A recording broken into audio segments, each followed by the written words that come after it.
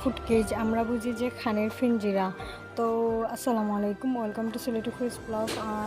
আর ফুটকেজের খানি লাস্ট কয়েক বছর ধরে মৌলভীবাজারের মাঝে নাম করিয়েছে। অ্যান্ড ফুটকেজের খানি অলওয়েজ বেটার থাকে। যারা যারা ফুটকেজ থেকে খাইছেন তারা অবশ্যই হইতে পারবা যে ফুটকেজের খানি কিলা।